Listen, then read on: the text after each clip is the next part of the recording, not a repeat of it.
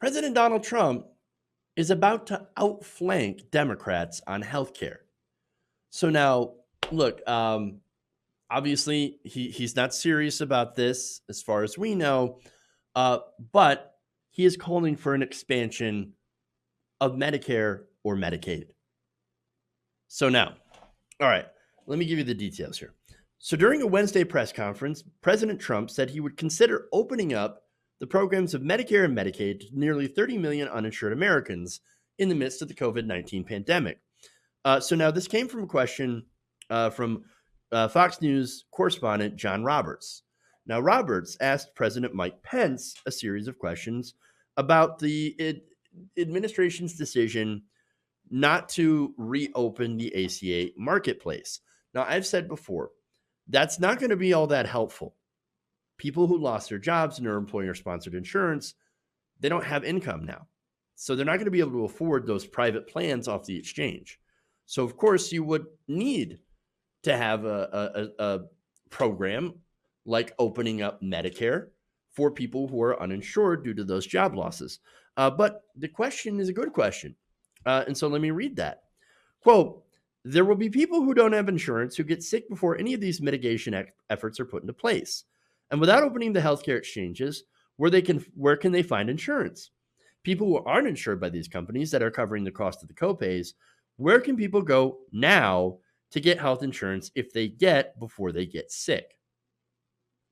So that's a question from Fox News. And it's a good question. Hey, we've got these, people that are uninsured. Now we've got 10 million people that, don't have jobs. They filed unemployment claims. Statistically, at least half of them had their insurance through work. Well, now that they don't have work and they don't have their insurance, what are you going to do for them? Because again, if you say, well, they just got Cobra. No, what Cobra is it basically allows you to pay out of pocket for the health insurance that your company that you would normally get through work, right? But with no employer contribution, which means you are now paying for 100% of the cost of that insurance. And it is incredibly unaffordable. And so that's the problem. That's why people can't get Cobra, right? And why it's ridiculous. So now that press conference, I had Mike Pence, right? So he was asking Mike Pence that question. Pence dodged that question artfully, right? So now he talked about how, we've got the states that expanded Medicaid, and we've got the health insurance companies that made some, quote, inspiring decisions to waive copays on testing and treatment. By the way, there are no insurance companies that have waived copays on treatment, just testing, right? But he said this, quote, we were very inspired as well because the president's engagement with the leading health insurance companies in the country that now, so far, two of the top health insurance companies in America have announced that they are not only willing to waive copays on testing, and now testing is fully covered because of the bill the president signed for every American. Oh, wow. Oh, okay. Wow, two health insurance companies waiving copays on testing. Well, what happens when you test positive? Do you have an answer for that? You have No, you don't have an answer for that. So now, interestingly enough, Donald Trump steps in and he says to Roberts, that's actually a fair question. That's a fair question. And he even told Mike Pence that he was masterful for dodging it. Quote, John, I think it's a very fair question, though. And it's something we're really going to have to look at because it doesn't seem fair. If you have it, meaning, of course, insurance, you have a big advantage, and at a certain income level, you do. I think it's one of the greatest answers I've ever heard because Mike was able to speak for about 5 minutes and not even touch your question. I said that's what you call a great professional. So he is complimenting Mike Pence for dodging the questions so good that he could speak for 5 seconds and not say anything at all. The mark of a great professional. Hey, man, that's Mike Pounds for you. Okay, anyway, it's a strange flex, right? I like you can talk for 5 minutes and not say a damn thing. Well done, sir. Well done. But okay. Anyway, he says, quote, I think we're going to get to it. I don't think the other group will get to it. They haven't even spoken about it.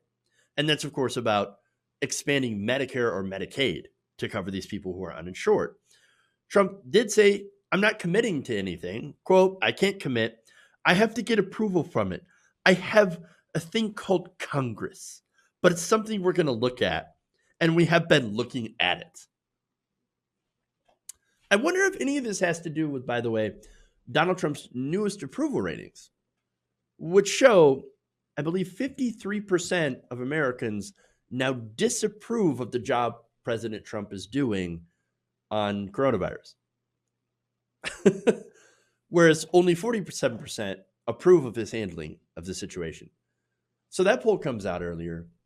And you know, he says, well, I think we should do something about Medicare and Medicaid and open it up for the people. Yeah, that's what we should do.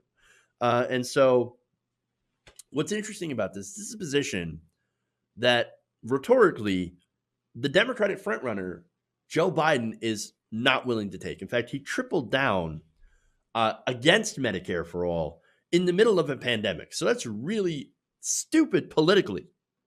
Trump, though, says, well, we have this thing called Congress, but it's something that we're looking at. We're going to look at doing Medicare. We're going to look at expanding Medicaid, and we're going to see what we can do.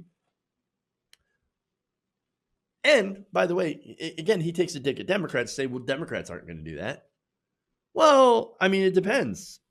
Rashida Tlaib, Bernie Sanders, Alexandria Ocasio-Cortez, Pramila Jayapal, all of the progressives have been calling for Medicare for all, right? But you point at Democratic leadership, Pelosi, Schumer, Joe Biden.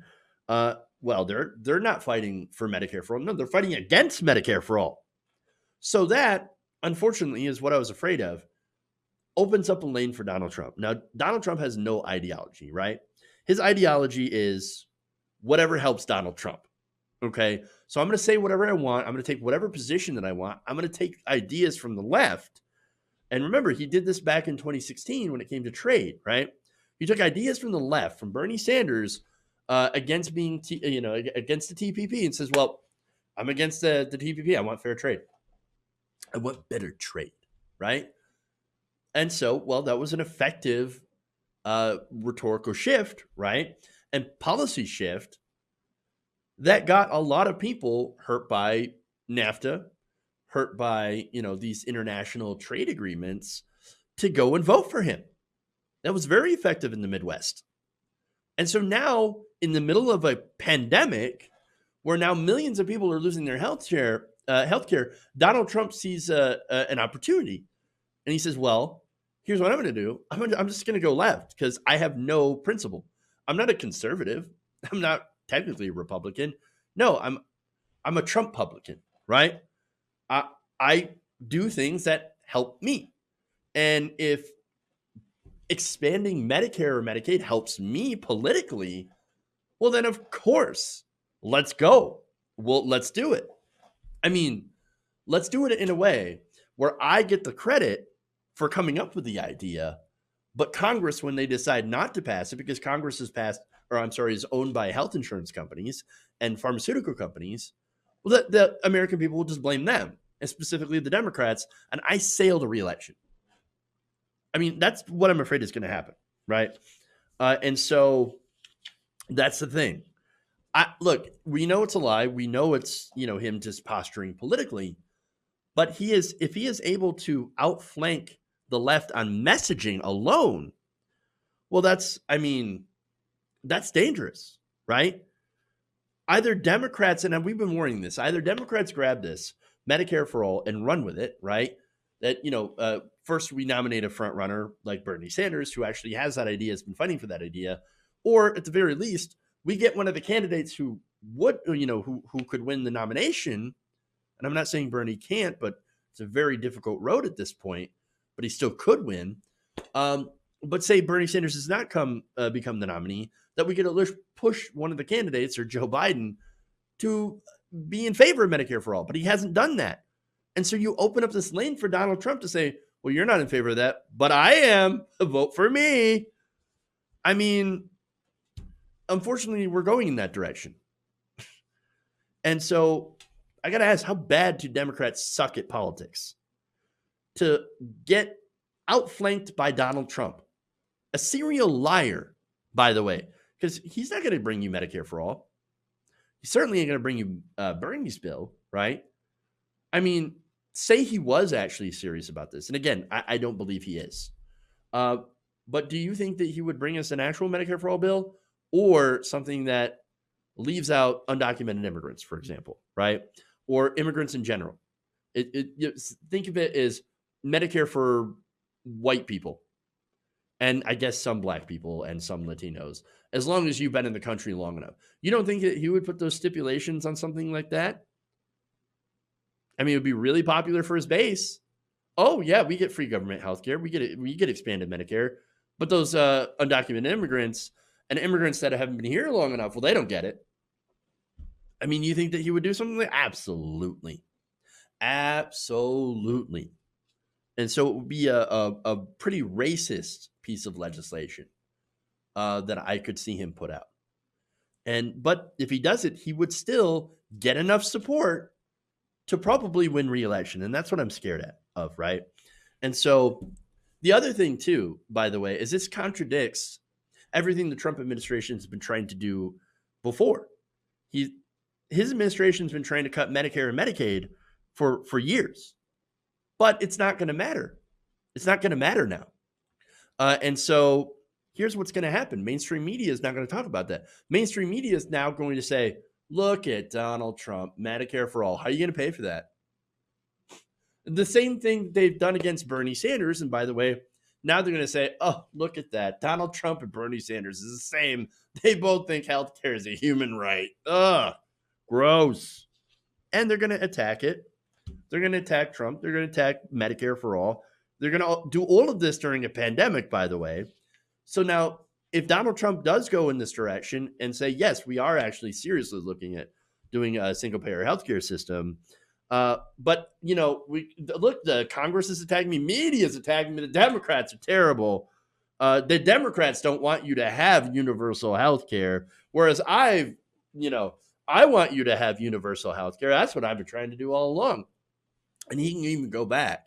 After disavowing a single-payer system, he can go back to those videos back in 2015 where he's like, yeah, we could do a healthcare system like a Medicare for all. Yeah, that's a good idea. And you can even go back to quotes from his book, right?